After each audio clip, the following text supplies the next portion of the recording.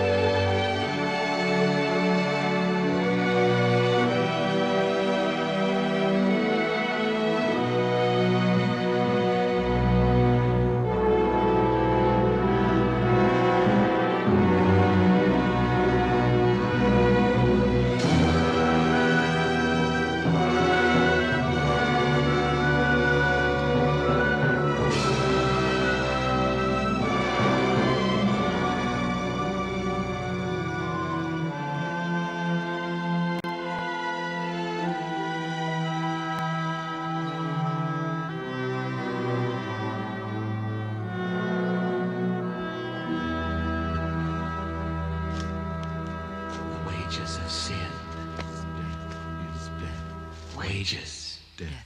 Wages. Death. Wages. Wages. Death. Death. The wages of sin Is death. Is death. Wages. Death. wages. Death. Wages. Wages. Death. Death.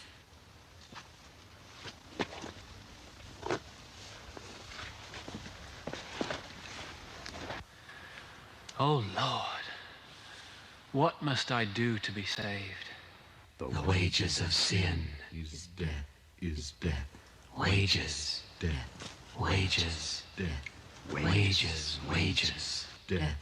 Death. The wages of sin is death. Is death. The soul that sins must die. Must die. The wages of sin is death. The soul that sins must die. Must die. The wages of sin is death. Death. Death. Death. Death. Death. Death. Death. Death. The burden of his sins, sore and heavy upon his back, Pilgrim had forsaken the city of destruction to set out in search of the celestial city. He was prepared to face whatever obstacle might come in his way, even death itself.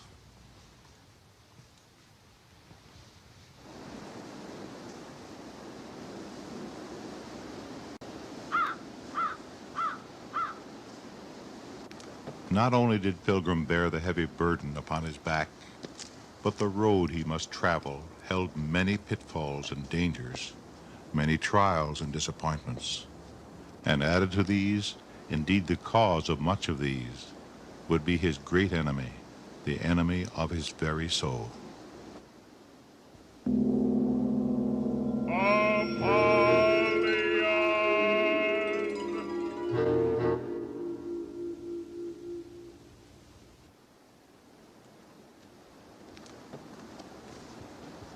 In contrast to the burden upon his back, the traveler carried a book, the very book of life. It was the message of this book which had caused him to leave the city of destruction.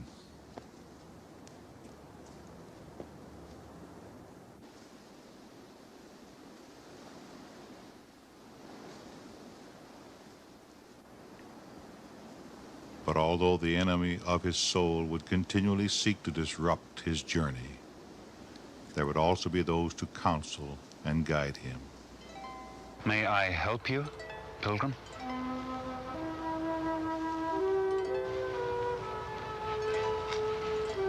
I have been watching you. You seem very troubled. I am very troubled. This book tells me of a great judgment coming down from heaven. I tried to warn my wife and children, my friends and neighbors, but they wouldn't listen to me. The judgment of which you speak is true. You are wise to heed the warning. Let me introduce myself. My name is Evangelist. Evangelist. Then perhaps you can help me. You see, I'm not ready for God's judgment. That's why I left the city of destruction. Why do you stand here? Because I don't know where to go.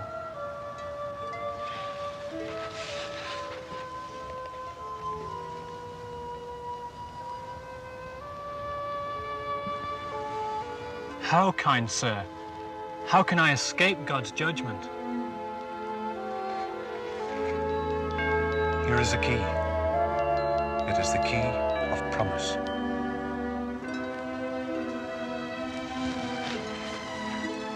Do you see that gate in the distance? No, sir, I don't. Do you see a light? I think I do. Good. Go directly toward that light. It will lead you to a gate. When you come to the gate, knock, and you will be told what to do. The people living in darkness In darkness. In darkness. have seen a great light. A great light. Great light. In the shadow of death, The shadow of death. A light has dawned. A light has dawned. A light has dawned.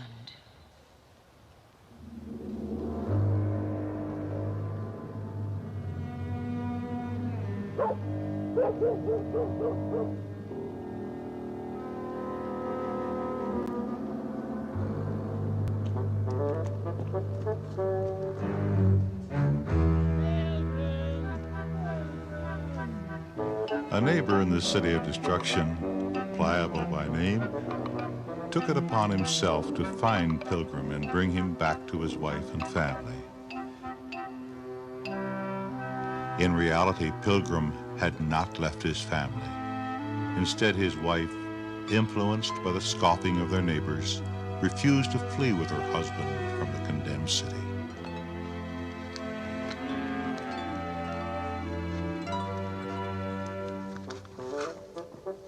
Pilgrim! Oh, Pilgrim!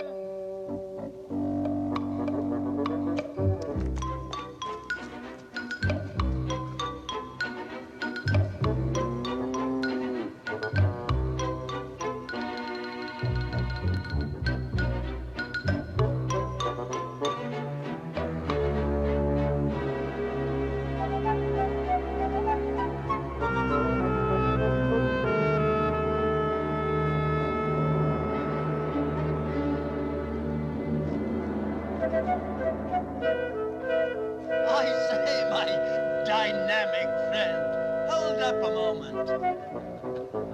Me? May I help you, sir? Oh, allow me to introduce myself. My name is Obstinate. My name is Pliable. Pliable? Pliable?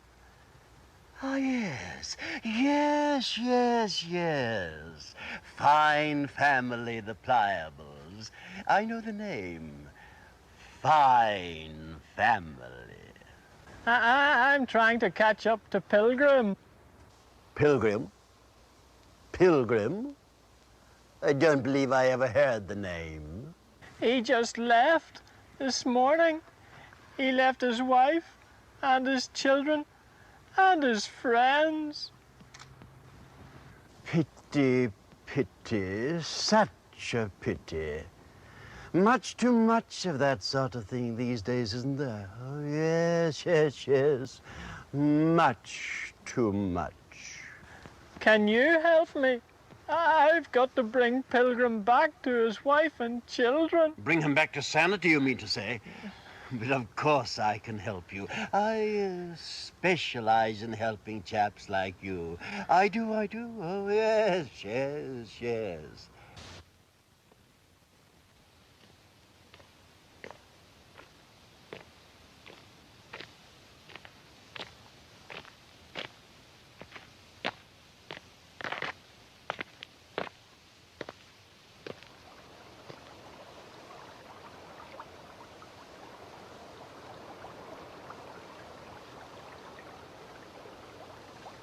Now, when we catch up with this weak-minded fellow, you might best leave the talking to me.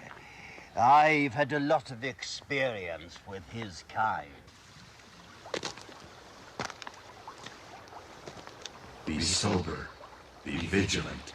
Your adversary, the devil, walks about.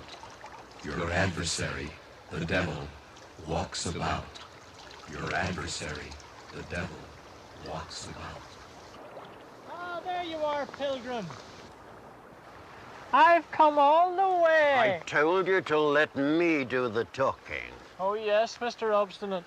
Sorry, sir. Yes, sir. Well, what a pleasure. You are Pilgrim, I believe. Pilgrim.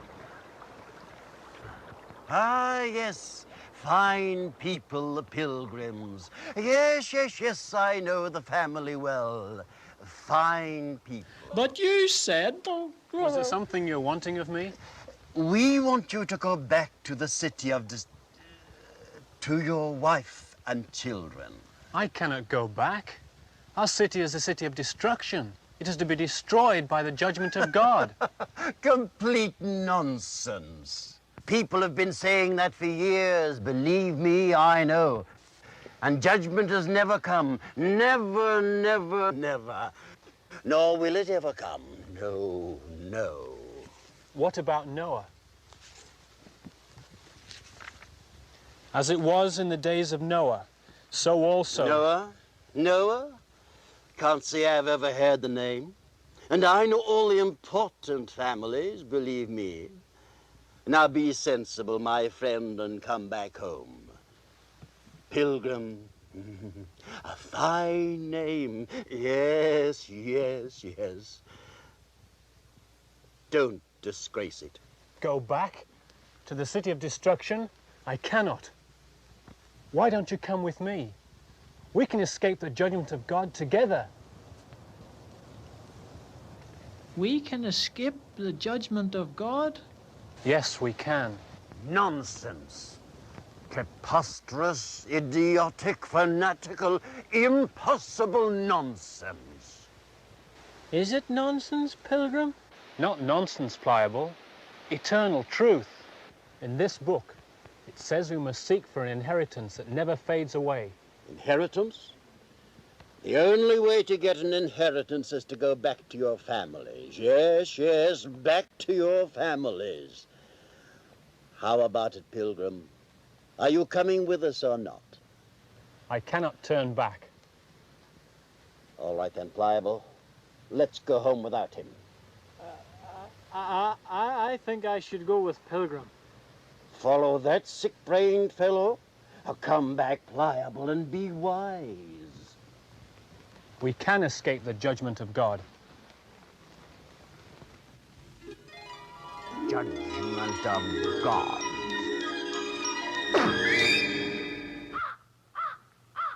It is appointed unto men Once to die, and after that the judgment. Do you think the words of your book are certainly true, Pilgrim? As the book itself says, they're written in the hope of eternal life, which God, who cannot lie, promised before the world began. What other things does the book say, Pilgrim? We are promised an everlasting salvation. We may earn a crown of righteousness. There shall be no more sorrow or crying. He that is owner of the place will wipe all tears from our eyes.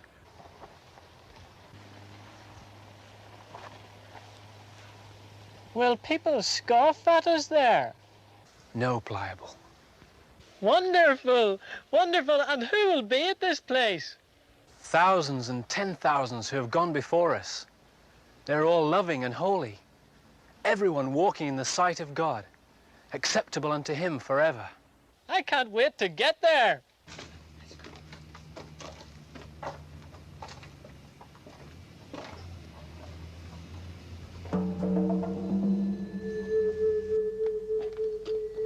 Hey, look.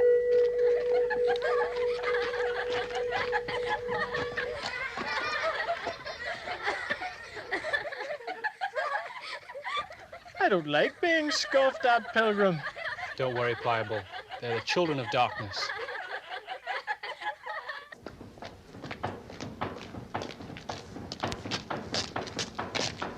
Pilgrim, I'm hungry and thirsty.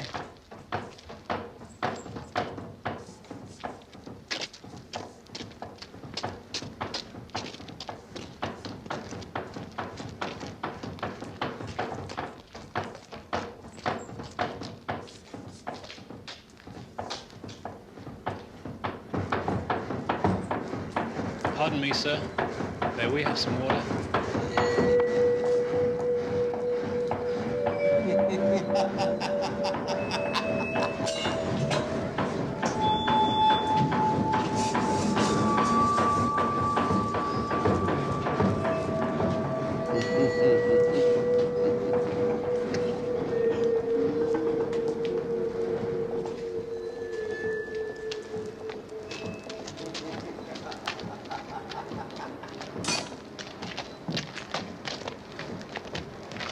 The journey's not as I expected it would be, Pilgrim.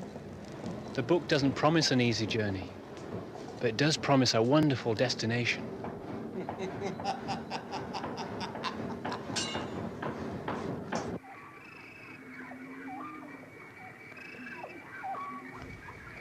Can't we go faster, Pilgrim? I'm eager to reach this place. I can't go any faster because of this burden on my back. Perhaps we should find a place to sleep for the night. No, Pilgrim. Let's hurry on. I can't wait to find this place your book tells about.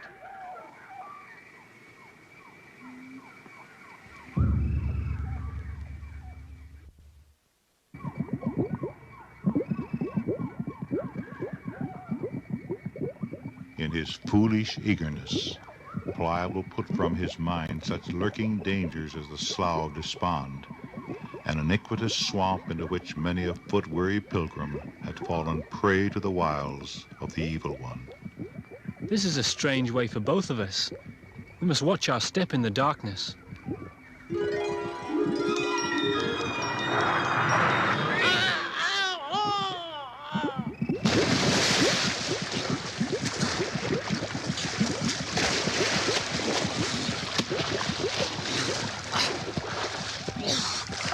Is this the wonderful place your book speaks of?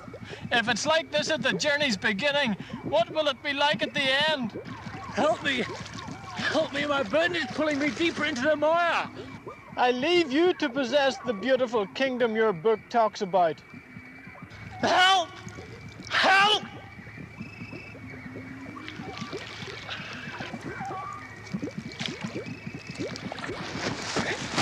My name is Help. I heard you calling. Thank you. Oh, thank you. I met a man who told me to come this way. His name is Evangelist. But you should not have gone alone in the darkness. The Slough of Despond is filled with the scum and filth of man's wickedness. Sinners who were awakened to their lost condition but have fears and doubts often fall into this terrible place. And you rescue such people? If they will permit me to. Where sin abounds,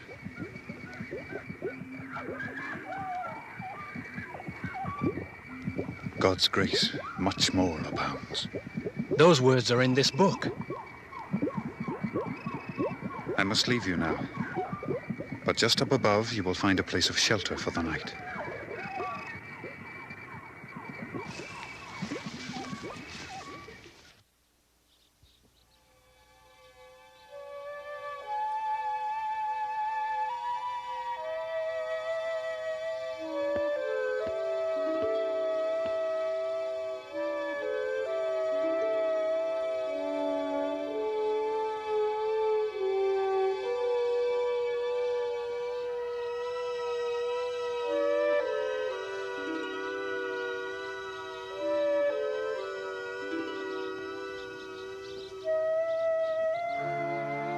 Pilgrim continued upon his way as the enemy of his soul increased his efforts against the traveler.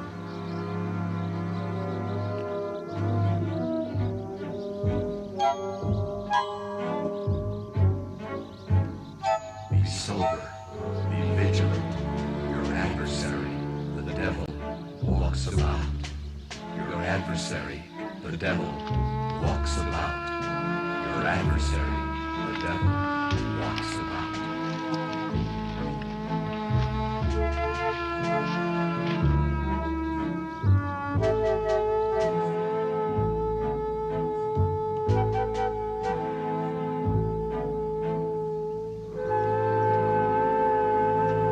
I say there, you look famished. You seem to be hungry. Come to my little cottage, we'll fix you something to eat. Some food, some food. Yes, yes, yes. How rude of me. My name is Wiseman, Worldly Wiseman. My name is Pilgrim. Pilgrim? Pilgrim? Oh, yes, yes, yes, yes. That name sounds familiar. But of course, fine people, the Pilgrims, fine people indeed.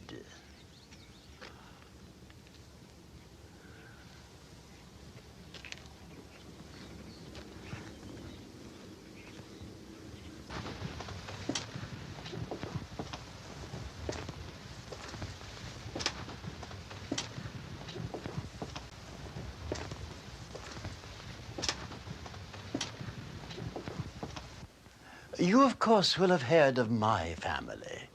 We are high stock, we are, if I do say so. Oh, yes, yes. Ask us anything, anything you like, and you'll find the answer. For instance, how did you come by that pack upon your back? There's a gate I must find, and when I find it, I'll be told how to be rid of this burden. And who told you about any such gate? Someone I met along the way. His name is Evangelist. Evangelist? Ha! Dullards, the whole lot of them. They are, Pilgrim. Dullards, dullards. You follow the way this evangelist directs, and all kinds of misery await you. Hunger, perils, nakedness, the sword. Didn't he also talk about a cross? Ha! His way, utter foolishness. But the burden I carry is so great, Mr. Wiseman. I would gladly face all these things you speak of, if at the end of my journey, I may be delivered from this burden. And how did you come by this burden in the first place? By reading this book. Yes.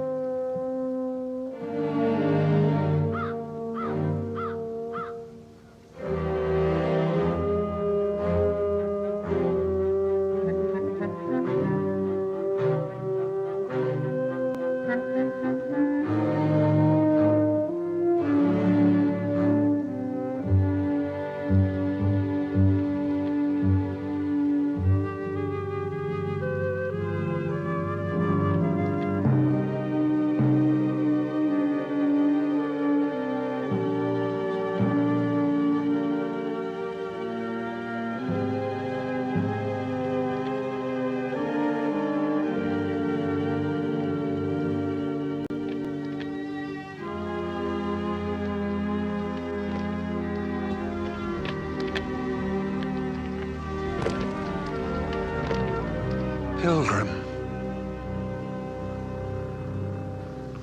what are you doing here? Why have you so quickly turned aside from the way? I met a gentleman who told me how I might be rid of this burden I carry. But you have read the words in the book. Those words are alive and powerful and sharper than any two-edged sword. How shall we escape if we neglect so great a salvation? I have sinned. I have sinned.